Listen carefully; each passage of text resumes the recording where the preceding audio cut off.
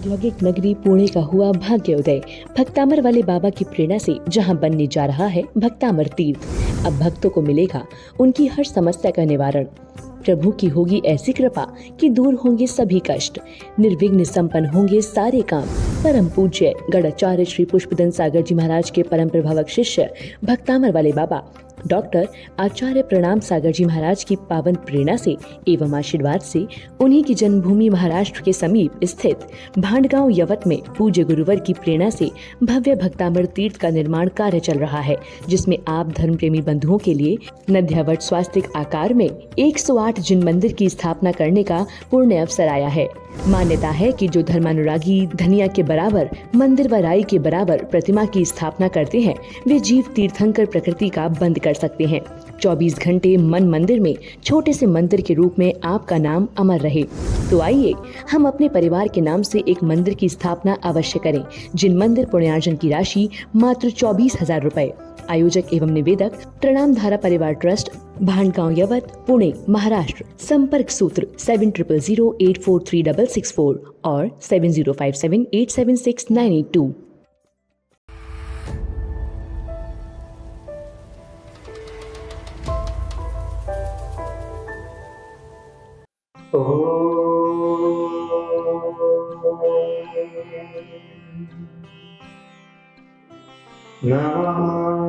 नमस्ते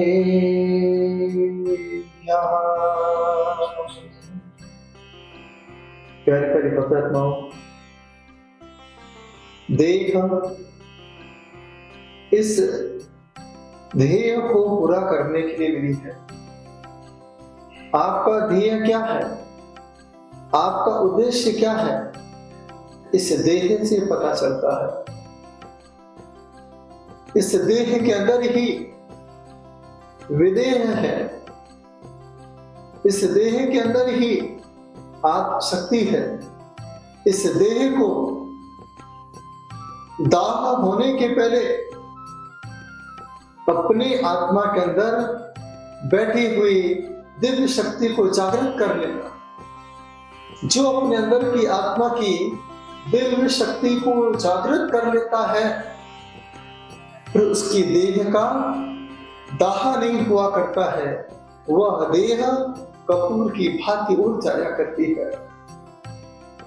यह अवसर उसी को ही मिलता है जिसने अपने ध्येय को जाना है, अपने उद्देश्य को जाना है। मैं इस संसार में क्यों आया? इतना विचार जिसके मन में आ जाए, वह नियम से आत्मा का कल्याण कर सकता है। कई लोग कहते हैं ध्यान में मन नहीं लगता है, पूजन में मन नहीं लगता है, भक्ति करने में मन नहीं लगता है। याद रखना, पहले बच्चों का स्कूल जाने का मन नहीं करता है, पढ़ाई करने का मन नहीं करता है, इंग्लिश सीखने का मन नहीं करता है, गणित का हिसाब किताब लगाने का मन नहीं करता है, साइंस पढ़ने का मन नहीं करता है, कॉलेज जाने का मन नहीं करता है। जब बार बार स्कूल डांट डांट करके भेजा जाता है, सब्जेक्ट बार बार पढ़ाया जाता है, धीरे धीरे 6 महीने में उस विषय में मन लगना प्रारंभ हो जाया करता है। उसी प्रकार से ध्यान है। इस ध्यान में एक बार मन नहीं लगेगा, 2 बार में नहीं लगेगा। जब हम बार बार इस ध्यान के बारे में विचार करते रहेंगे, फिर यही ध्यान आपके साथ अटैच हो जाएगा। बार बार याद करो, बार बार पुकारो, बार बार उसमें अपने मन को लगा दो, तब जाकर के यह ध्यान आपके लिए वरदान साबित हो सकता है। सबसे बड़ी शक्ति ध्यान से ही पैदा हो सकती है। धन संसार में इज्जत दिला सकता है, धन संसार में सम्मान दिला सकता है, लेकिन ध्यान स्वयं में ही इज्जतदार बना देता है। स्वयं में ही स्वयं के साथ छोड़ करके इस संसार में भगवान बना देता है, इसका नाम ध्यान हुआ करता है। धन तन के साथ खत्म हो जाता है, लेकिन ध्यान में लीन व्यक्ति मरने के बाद भी संसारी जीव को याद रहा करता है। यह ध्यान जीवन का सबसे बड़ा आत्मशक्ति भरा ध्यान हुआ करता है। आप इसे पूरे आत्मसात के साथ सहज होकर के कर सकते हैं। सबसे पहले ध्यान करने के लिए स्थान का चयन करें। ऐसे स्थान का चयन करें जहां पर नेटवर्क नहीं आता हो। मैं जानता हूं आप कहीं पर भी ध्यान करोगे नेटवर्क आएगा, वहां पर आप मोबाइल के नेटवर्क से अटैच हो जाओगे, लेकिन उस नेटवर्क से नहीं मिल पाओ। एक पहले का समय था और एक आज का समय है। आज हम 3G, 4G, 5G से चला करते हैं। पहले के समय लोग गुरुजी, माताजी, श्री जी से चला करते थे और वह उस समय इस मोबाइल के नेटवर्क से बातें नहीं करते थे। पहले के समय लोग माताजी से, पिताजी से और गुरुजी से बात किया करते थे। इतना पहले के समय और आज के समय में अंतर है। तो आप जब ध्यान करना चाहें ऐसी जगह पर जाएं जहां पर नेटवर्क नहीं आता हो। सबसे पहला, उसके बाद एक आसन आपका ही होना चाहिए। उस आसन पर बैठ करके बिल्कुल सहज हो जाइए। सहज मुद्रा में एकदम रिलैक्स होकर के गहरी श्वास लीजिए। गहरी श्वास लेने के बाद रिलैक्स हो जाइए, श्वास को छोड़िए। इससे ऑक्सीजन जब आपके बॉडी में संचारित होगी, आपका मन आनंदित होगा, प्रसन्न चित्त होगा। सहजता अपने आप तुम्हारे अंदर आती जाएगी। धीरे धीरे गहरी श्वास लीजिए, रोकिए, छोड़िए। बार बार पुनः ऐसे अभ्यास को करते जाइए। बहुत अच्छे। धीरे धीरे जब अभ्यास को करते जाएंगे, फिर जहां पर आप बिंदी लगाते हैं वहां पर आप अपने इष्ट भगवान को देखिए।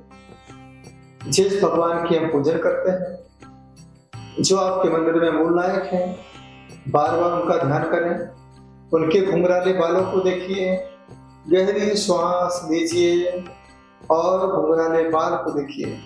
आप पीछे आप देख रहे हैं कितनी सुंदर पिक्चर है।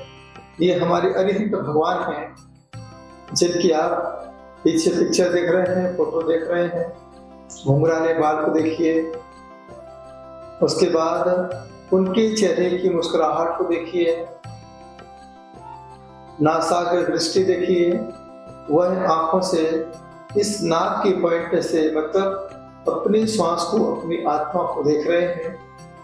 उनके कान को देखिए, गर्दन को देखिए, हृदय को देखिए, नाभि को देखिए, दोनों हाथों को देखिए, दोनों पैरों को पद्मासन मुद्रा में देखिए।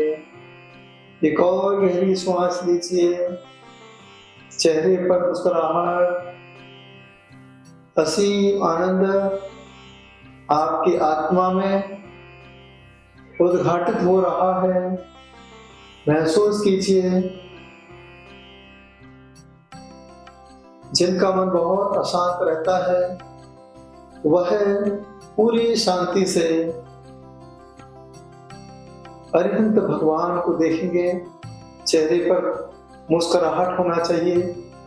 बिल्कुल घबराएं नहीं, एकदम सहज हो जाएं।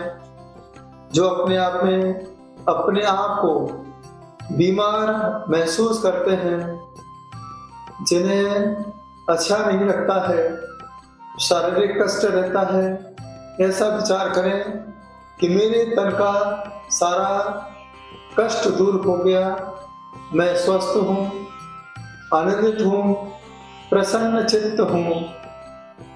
ये हमारे स्वभाव है। मुझे कोई बीमार कर नहीं सकता, मुझे कोई दर्द दे नहीं सकता।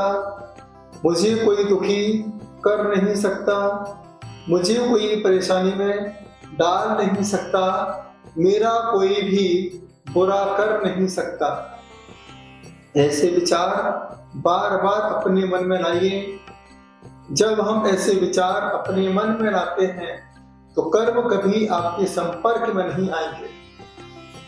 हमने गलत विचार किए तो जो कर्म गलत है आपके संपर्क में आएंगे।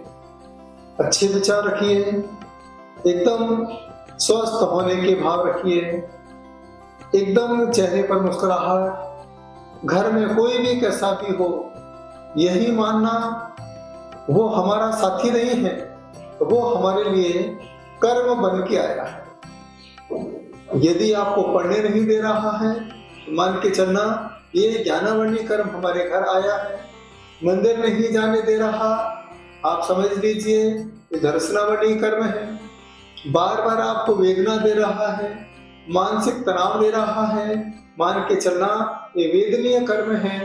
कोई आपको बिल्कुल नहीं छोड़ रहा है, धर्म नहीं करने दे रहा है, पीछे कमंडल नहीं लेने दे रहा है, मान के चलना ये मोहनीय कर्म है।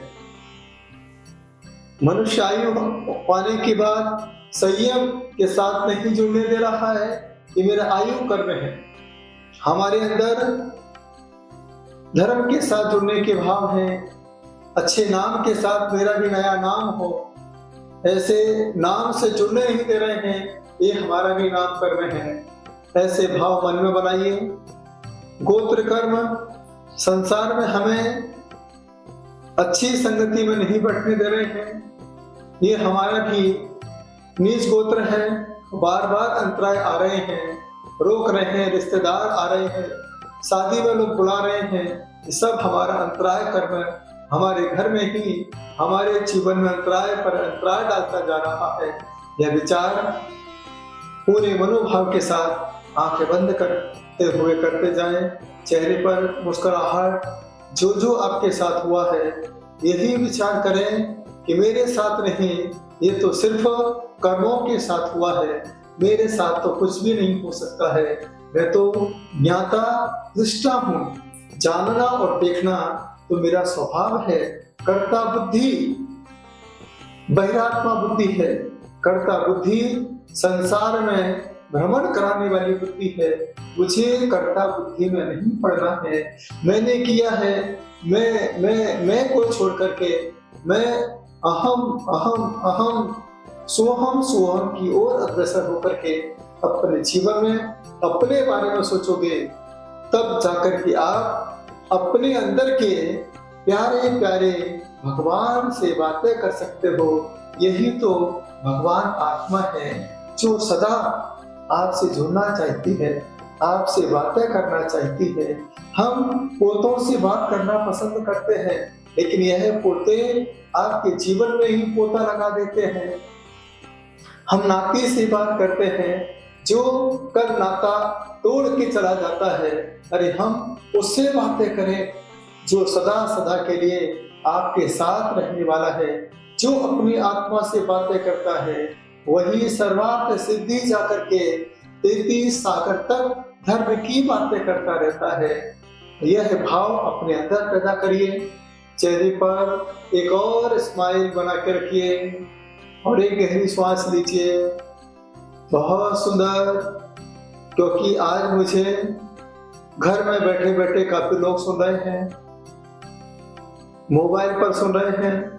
मेरी भावनाएं यही है, आज आप सुने नहीं, एक एक शब्दों को अपने जीवन में चुने। ऐसा चुने कि कल सारी दुनिया आपको चुन सके, आपको याद कर सके, आपके प्रति विश्वास बरकरार रख सके। यह भाव आप अपने अंदर पैदा कर सकते हो। मैं भी आपके बीच में से निकला हूँ, आप मुझे प्रणाम करते हो। क्यों? मैं ध्यान में रहता हूँ। तो जो जीव ध्यान में रहता है सारी दुनिया उस पर ध्यान करती है। जो संसार पर ध्यान करता है वह संसार उस पर भी ध्यान नहीं देता है। यह ध्यान परम ध्यान है। धीरे धीरे अपनी आंखों को खोलने का प्रयास करेंगे। देखें, यह जीवन का वह सार है जिस सार को पाने के लिए आपको चैन को मिला है। बेकार नहीं जाने देना, हर पल इसके प्रति जागरूक रहना। इसकी 3 ही निशानी है। पहले रात्रि भोजन का त्याग करोगे, आपका ध्यान अच्छा लगेगा। रोज भगवान को देखोगे तो यह भगवान आपके आत्मा में दिखेगा। और पानी छान करके पियोगे तो कर्म अपने आप बाहर छन कर चले जाएंगे और शुद्ध भाव, शुद्ध परिणाम आपकी आत्मा के अंदर अपने आप समाहित होते चले जाएंगे। यह युक्ति आप सभी को मिली है। जो इस युक्ति के साथ अटैच हो जाता है वह एक दिन मुक्ति के रास्ते तक पहुंच जाता है। ऐसा मौका आपके हाथों से नहीं जाना चाहिए। बस आप उसे जाने जिसे जानने के बाद आप उसकी जान हो जाओ, उसकी पहचान हो जाओ, तब जाकर के आप अपनी आत्मा का कल्याण कर सकते हो। तो ऐसा पावन अवसर आपके जीवन में चैनपुर में मिला है। पंचकणक प्रतिष्ठा महोत्सव जो आपके बीच में भक्तामर कलश तीर्थ पूना के पास होने जा रही है 6 दिसंबर से 11 दिसंबर। यहाँ पर who am I, what I do, मैं कौन हूँ और मुझे क्या करना है। आप आइए। यदि आपके बच्चे पूना में सर्विस करते हैं, पढ़ाई करते हैं, आप एक बार कहें बेटा जाओ भक्तामर कलश तीर्थ में जाकर के जो कलश में भरा हुआ है उस कलश के सार को ग्रहण करके आओ, तभी तुम्हारे जीवन में कुछ सार प्राप्त हो सकता है। इसलिए मैंने यहाँ पर एक कलश का आकार दिया है। तुमकुर में मैंने बेंगलोर के पास पीछी का आकार दिया है, जिससे बच्चों को पीछी का आशीर्वाद मिलता रहे। यहाँ मैंने कलश का आकार दिया है जिससे बच्चों के अंदर पुण्य के भंडार भरे रहे और उनके जीवन का कल्याण हो सके। आप सभी पूरे मनोभाव के साथ आत्मीयता अपने बड़े बुजुर्गों को भी लाइए और इस अवसर का लाभ आपको मिला है। इस अवसर का लाभ आपके साथ आपका इंतजार कर रहा है। तो पूरे मनोभाव के साथ, तन्मयता के साथ, आपके लिए ज्यादा दूर नहीं है, आपके लिए बहुत पास है। जो इतने पास तक आता है, एक दिन ऐसा आता है वह साक्षात भगवान के पास तक पहुंच जाता है, उसके जीवन का कल्याण हो जाता है। वह संसार में रहकर भी धर्म के कार्य में पास हो जाता है। यही धर्म का सार है।